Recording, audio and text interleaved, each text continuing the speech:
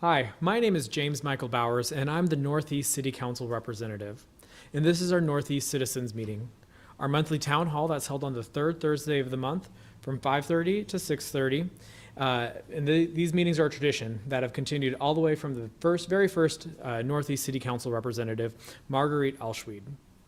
We've continued doing these meetings virtually while we're in the middle of a pandemic to help encourage people in Lincoln, and especially people in Northeast Lincoln, to be safe.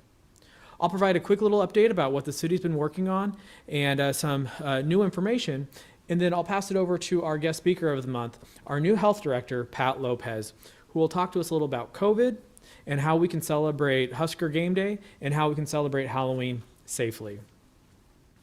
The biggest news probably is that Mayor Lyrian Gaylor Baird provided her annual State of the City address. And there's a couple of things that I really would like to highlight from the State of the City address. Mayor outlined 3 goals that I think are very important for our city and that I agree with: to spur economic recovery, mitigate the impacts of climate change, and to promote a culture of equity, inclusion, and belonging. I look forward to working with our mayor and the rest of the city council to help implement these goals and also help work them in a way that benefits Northeast Lincoln. Some other things that were a particular note in the State of the City address was to set a goal of providing 5,000 new or rehabilitated affordable housing units by 2030, following the recommendations of the Economic Recovery Task Force to help our city bounce back from the economic impacts of this pandemic that we're in, and by encouraging residents to pledge to spend 1% more with local business. And I know that I look forward to doing that tomorrow night when I order pizza from the aisles. Some other things of note that are particular interest to people in Northeast Lincoln was that the city administration has been looking at how to strengthen accountability mechanisms within the city, increasing investment for mental health crisis response, and looking at how we can make sure that the city's workforce meets the needs of all residents in Lincoln. In the State of the City address, the mayor highlighted the partnership between the council and the administration by the fact that we were able to balance a budget while in a pandemic, while having a budget shortfall, but still maintaining funding for roads and making sure that we were able to protect our libraries and our sidewalks, which are in crucial need of repair, especially in Northeast Lincoln. Another thing of note to mention that the council worked on over the past month was the council approved a temporary ordinance that would allow bars to expand into the sidewalk and street to accommodate increased individuals who would like to celebrate during home Husker football games. This allows for restaurants and bars to apply for a special designated license and a special event permit to be granted on Nebraska home games for this season, as long as fans are prohibited from attending the games. This is to help businesses continue to safely serve patrons who go to the bars, and also to make sure that folks can celebrate in a safe way, as safe as possible, if they choose to go downtown. Those are some of the biggest news items over the past month, and I would now like to turn it over to our guest speaker of the month, our health director, Pat Lopez. I've known Pat Lopez for several years, and she is a personal hero and mentor of mine. And she also was recently awarded Woman of the Year, which is a high honor. And we are lucky to have her leading the charge for the health department and to promote and protect the health and safety of folks in Lincoln and Lancaster County. So I'll bring up Pat Lopez, and she can provide a little bit of an update and also on ways that we can protect ourselves and still celebrate Halloween and how to celebrate Husker game days.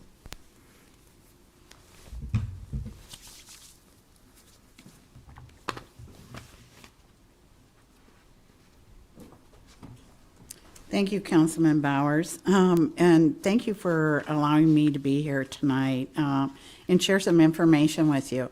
I just wanted to let you know that we are now over 7,800 individuals who are actively COVID positive in Lancaster County.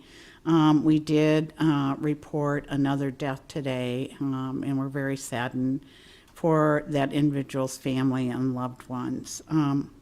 Since the beginning of the pandemic, we've seen recently a dramatic, swift increase in our positivity, and I think you probably have heard we had a large number of individuals from the 18 to 22 age group that were accounting for many of our cases.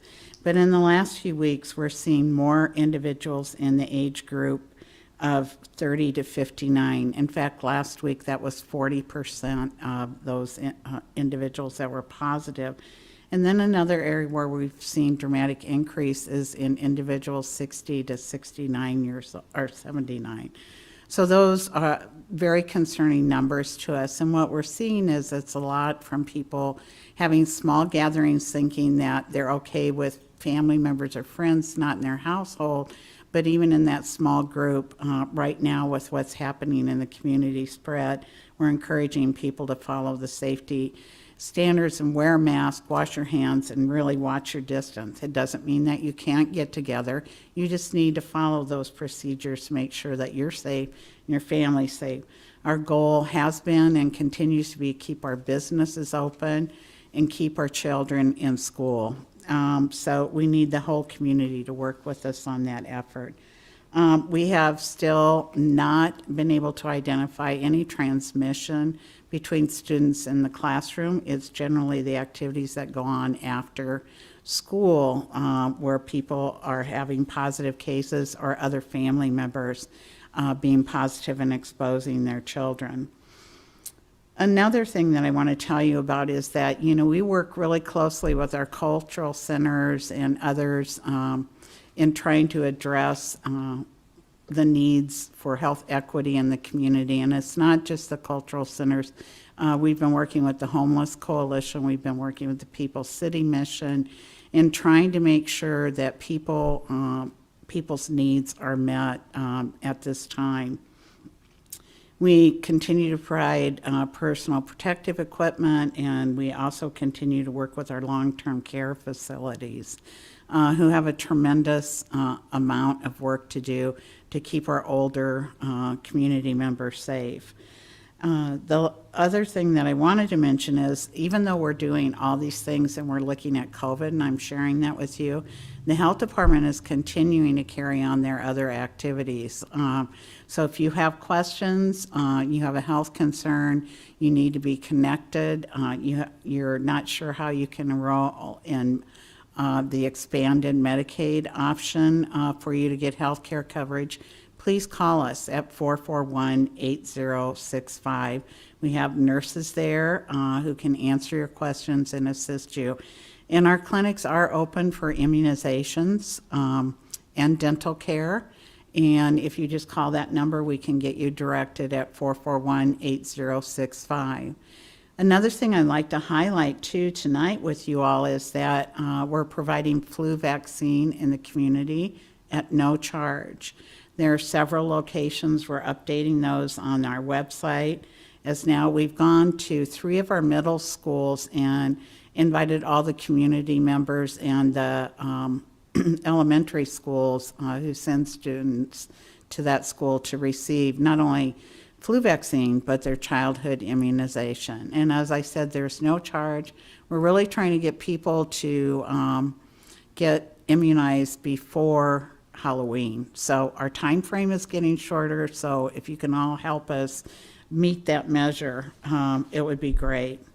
And Councilman Bowers mentioned the Halloween, and I just want to show you a little information that's available on our website. So if you have questions about how to do trick-or-treating safely, we're asking you to keep in groups of 8 or less. You can print this off. It's available. Lincoln Public Schools is putting it in their documents.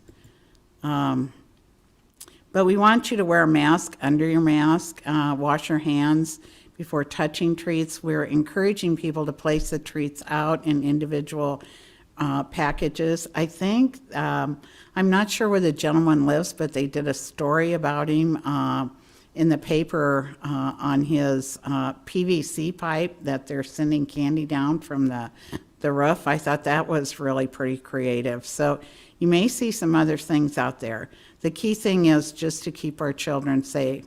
There's also those considering a trunk or treat event. We've approved some of those through the health department and worked with individuals to get to be able to provide that safely. So that's one thing on Halloween. You can go to the website or call us if you have questions, and we'll be happy to help you. I think we have our little Halloween, let's see if it came across. Oh, I wanted to show you our masked pumpkin. So if you go on our site, you'll see the masked pumpkin, and you can use that in your local businesses or anywhere you are to kind of keep giving that message across. The other thing that Councilman Bowers mentioned was home gating. And so another plan we have is really to ask people as much as possible to be within their own home. If you want to invite people over, try to do everything you can to be outside and make sure you're socially distanced and that you're wearing your mask when you're outside. Keep your group small, 8 or less or 10 or less, and have people bring their own drinks and their own food so that you're not sharing utensils, you're not sharing food. It's not the time to have that nacho cheese dip, even though I really like that. That's a method that you can do. You know, one of the things I've worked with my family on, and I have grandchildren that play sports, is just doing individual packaging. If you want to bring a treat, to use something that you can give individually out to people, and you can still share some things. So, and as far as the tailgating downtown, we've worked with tailgating individuals that provide that to do it safely by distancing in between themselves. Individuals that are doing that are also limiting the number of people that are coming in. And Councilman Bowers mentioned, we've been doing a lot of work with the bars and restaurants, and he was mentioning the action that the city council's taken with the mayor to expand those dine-out options. And we're doing that so things aren't so packed inside, so that people can stay in groups of 8, be socially distanced, and keep their mask on when they're in a space where they're not. So I'll end for tonight now. Thank you.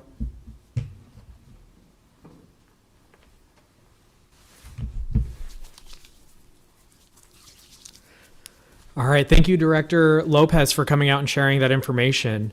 For individuals who are signed up to receive our physical mail copy reminders of these meetings, we'll make sure to include the handouts that you saw today from Director Lopez about how to safely homegate and how to safely celebrate Halloween. So we'll be sure to send those out in the mail, so be on the lookout for those coming soon. If you are not on our email list, please feel free to send me an email at jbowers@lincoln.ne.gov. That email address is jbowers@lincoln.ne.gov, and I'll be sure to send you out the handouts and make sure that we put you on the list for the email and mail reminders for these upcoming meetings. Again, I would like to thank Health Director Lopez for coming out. Our next meeting will be on the 3rd Thursday of the month again in November. We'll be at the same location. We'll be doing this virtually, where you can live stream these on Facebook and also on YouTube. And you can also visit these through the public access channels through cable. If you have any ideas for any topics that you would like to see for future meetings, please feel free to email me or contact me, and we'll be sure to get you set up and make these as informational as possible. And I really appreciate everyone working with us as we give virtual meetings a shot. And I can't wait till we're all together again in person. Thank you so much.